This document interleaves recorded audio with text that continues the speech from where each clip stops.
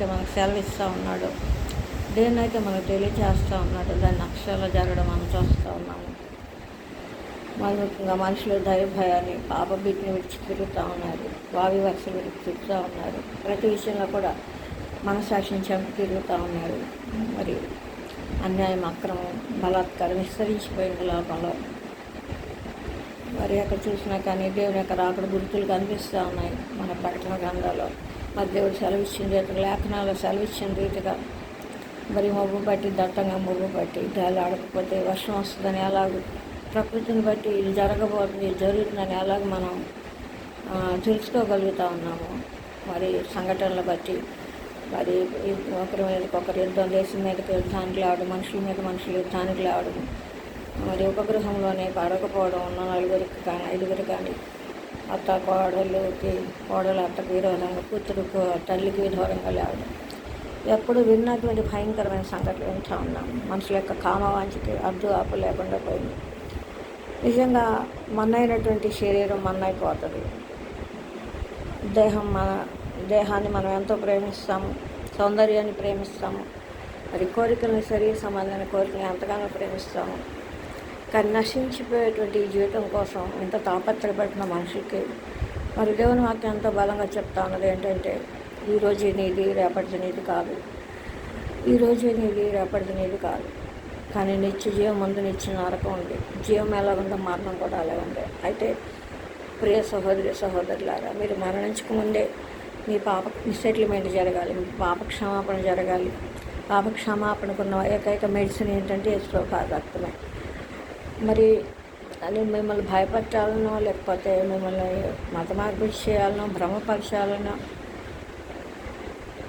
నేను మాట్లాడడం లేదు, కానీ లేఖనాల్లో ఉన్నట్టుగా మాట్లాడడానికి నేను ఇష్టపడుతూ ఉన్నాను. మరి పరిశుద్ధ గ్రంథం ఏదైతే సెలవిస్తూ ఉందో మరి దాన్ని నేను చెప్పడానికి చాలా ఇష్టపడుతూ ఉన్నాను. ఒకసారి యోహాను రాసినటువంటి పత్రికల్లో, మొదటి యోహాను రాసిన పత్రికను మనం కనుక ధ్యానం చేస్తే ఒక చిన్న వాక్యాన్ని కొద్ది వాక్యాన్ని మీ దృష్టికి తీసుకొని వస్తాను. మనుషులు ఏమంటారంటే, వాళ్ళు చేసేదంతా దీనిలో పాపమే లేదంటారు. అంటే ఏంటి? ఎండే సైట్ అంటే వాళ్ళ దృష్టిలో నలుపు తెలుపుగా కనిపిస్తుంది. అది కనిపించడానికి సాధ్యమేనండి? సాధ్యం కాదు. అది మన అందరికీ తెలుసు. ఏ చంటి బిడ్డను అడిగినా చెప్తారు, ఏ ఎలిమెంటరీ స్కూల్ లేకపోతే ఏ ఎల్కేజీ వెళ్ళే బిడ్డను అడిగినా చెప్తారనమాట. ఏది వైట్ కలర్ అమ్మా, ఏది బ్లాక్ కలర్ అమ్మా అని చెప్తారు. సో పాపానికి పుణ్యానికి తేడా తెలియని మనసాక్షి లేదు, కనుదృష్టి లేదు, చెప్పలేని నాలుక లేదు. కానీ మరి యుగ సంబంధమైన దేవత భ్రమపరుస్తూ ఉంది, గుడితనం కలుగు చేస్తూ ఉంది. మనుషులే వారి యొక్క మనస్సాక్షిని చంపేస్తూ ఉన్నారు. దాన్ని బట్టి వాళ్ళకి వివేచన లేకుండా పోతూ ఉందన్నమాట. వివేచన అనేది నశిస్తూ ఉంది. వివేచన కూడా పోగొట్టుకుంటూ ఉన్నారు. మరి నిజంగా ఇది ఎంతో దారుణకరమైనటువంటి పరిస్థితి. ఇంత దారుణమైన పరిస్థితులు, ఇంత దారుణమైన దినాల్లో మనం చూడవలసి రావడం కొంత దుఃఖకరంగా ఉన్నా కూడా, చాలా బాధాకరంగా ఉన్నా కూడా మరి ఉన్న విషయాలు మాట్లాడుకోవాలి. ఈ ఊబిలో పడకుండా మనల్ని, మన కుటుంబాలు, మన బిడ్డల్ని, మన ఇరుగు పొరుగు వారిని, సమాజాన్ని, సంఘాలని, కుటుంబాలను ఉద్ధరించవలసిన బాధ్యత ప్రతి క్రైస్తవ ప్రజల మీద ఉంది. క్రీస్తుని ఎరిగిన ప్రతి బిడ్డ మీద ఉంది. మనం ఈ సమయంలో మౌనంగా ఉంటే మరి మనం నేరస్తులం అవుతామేమో. ఈ సమయంలో దేవుని సన్నిధిలో కన్నీరు విడిచి ప్రార్థన చేయకపోతే, మరి న్యాయాన్యాయాల గురించి గొంతెత్తకపోతే, మరి దేవుని పక్షంగా ఉండకపోతే మన లెక్క మనకు ఉంటుందేమో. మరి ఒక వాక్యాన్ని మేము ముందుకు తీసుకొస్తా ఉన్నాను. యోహాను రాసిన మొదటి పత్రిక 1వ అధ్యాయము 8, 9, 10 వచనాలు చూసుకుందాము. మనము పాపం లేని వారమని చెప్పుకునేలా మనల్ని మనమే మోసపుచ్చుకుందాము, మరియు మనలో సత్యం ఉండదు. మన పాపములను మనం ఒప్పుకునేలా ఆయన నమ్మదగిన వాడును, నీతిమంతుడును గనక ఆయన మన పాపములను క్షమించి సమస్త దుర్నీతి నుండి మనల్ని పవిత్రులుగా చేయను. దేవుని వాక్యం సెలవిస్తూ అంతేటగా పాపం లేదు నాలో అని చెప్పుకుంటే మనల్ని మనమే మోసపుచ్చుకుంటా ఉంటా. మరి ఇప్పుడు నేను ఒక 1 month నుంచి కూడా ఒక డాక్టర్ మౌమిత గారి కేసుని, మరి ఆ యవన బిడ్డ తన జీవితంలో అనుభవించిన క్షోభని మరి నేను ఆలోచన చూస్తూ ఉన్నప్పుడు ఎంత గుండె తరుక్కుపోతూ ఉంది. నిజంగా మరి అల్పులమైన మనమే ఎంత కన్నీరు వేదంతో ఉంటే దేవుడు లేడనుకొని, వారు చేసేది ఎవరు చూడరనుకొని, ఏది చేసినా అడిగేవారు లేరనుకొని, ఏది చేసినా చెల్లుతుందనుకొని అహంకారంతో అన్యాయంగా అక్రమంగా ప్రవర్తించిన వారి వల్ల మరి ఎంతో విచారణ చేస్తూ ఉన్నారు. రోజులు కొద్ది విచారణ చేస్తూ ఉన్నారు. అది దేవుడు వారికి అనుమతిస్తూ ఉన్నాడేమో నాకు తెలియదు. కానీ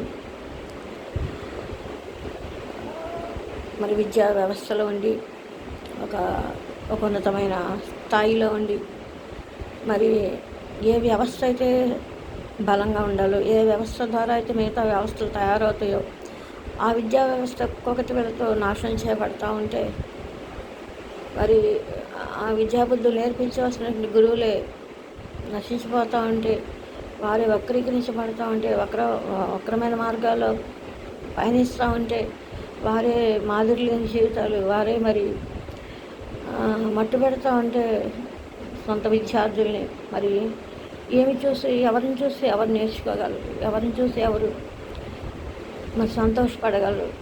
మరి ఇప్పుడున్న తరాంతో వస్తూ ఉన్నప్పుడు వారి కొరకు మాదిరికరమైన జీవితాలు కలిగి బోధించేటువంటి గురువులు లేవనెత్తబడాలి. వారి కొరకు ప్రేమ చూపించేటువంటి మానవీయ దృక్పథం కలిగినటువంటి బోధకులు లేవనెత్తబడాలి. యవ్వనులు నిస్సారంతో నిస్తేజంతో అయిపోతూ ఉన్నారు. రోషం కలిగినటువంటి యవ్వనులు ఇలాగ మత్తు పెడుతూ ఉన్నారు. ఇక యవ్వన బిడ్డల పట్ల, యవ్వన స్త్రీల పట్ల, మరి చిన్న బిడ్డల పట్ల జరిగేటువంటి అకృత్యాలన్నీ కాదు, ఇక మనకి గృహహింసలు అయితే చెప్పక్కర్లేదు. నిజంగా ఎంతో దయమైన పరిస్థితి అండి.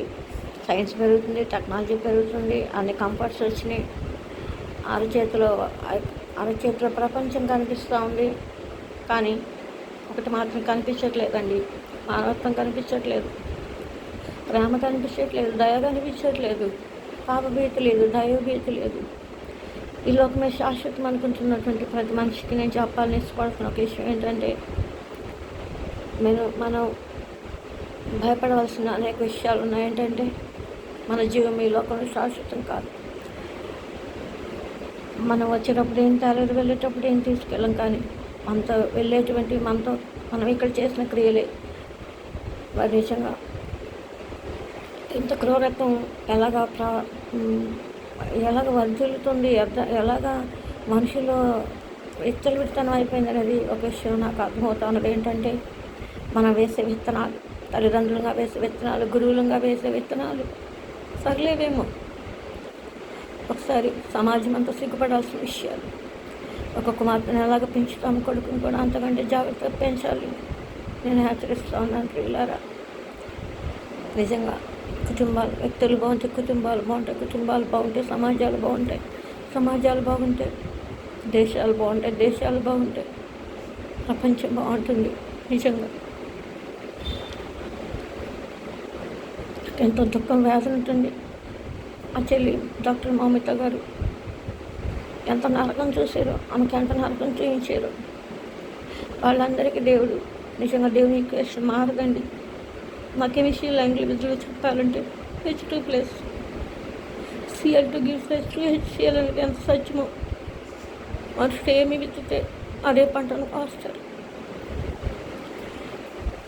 మరి వారెంతైతే క్రూరత్వాన్ని కనబరిచారు, అటు దాన్ని వారి ప్రతిఫలంగా పొందుతారండి. దేవుని యొక్క ఈక్వేషన్, దేవుని సమీకరణాలను ఎవరు మార్చలేరు. సో దేవుడు చెప్తా ఉన్న వాక్యాన్ని బట్టి మన మనసాక్షి మన మీద దోషారోపణ చేస్తున్నారు ఒప్పుకొని విడిచిపెట్టేవారుగా దైవప్రీతి, పాపభీతి కలిగి ఇతరుల పట్ల ప్రేమ, దయ కలిగి ఉండడానికి, నీతిమంతులుగా జీవించడానికి, దేవుని ఆశ్రయించేవారు ఉండడానికి, దేవుని సహాయంతో యోగ్యమైన జీవితాలు జీవించడానికి దేవుడు మనకు సహాయం చేయను గాక. ఎందుకంటే మన పాపాలను ఒప్పుకుంటే కనుక ఆయన నమ్మదగిన వాడు, నీతిమంతుడు కనుక ఆయన మన పాపములను క్షమించి సమస్త దుర్నీతి నుండి మనల్ని పవిత్రులుగా చేయను. ఒకసారి దేవుడు పవిత్రంగా చేస్తే దేవుని పరిశుద్ధాత్మ దేవుడు మన హృదయాల్లోకి వచ్చి నివసిస్తాడు. మరి మనం ఆత్మ ద్వారా నడిపింపబడతాము, దేవుని బిడ్డలో అవుతాము, దేవుడు సహాయం దయచేస్తాడు. మనుషులు దేని వల్ల మార్పు చెందని దేవుని వాక్యం చేత మార్చబడతారు.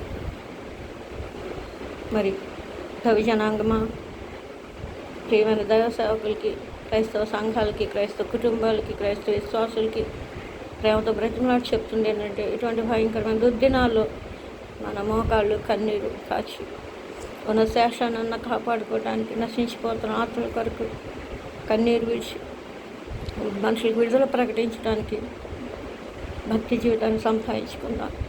అది కుళ్ళు పట్టండి, చిమ్మెట పట్టండి, అది చెడిపోయింది, దొంగలించబడింది.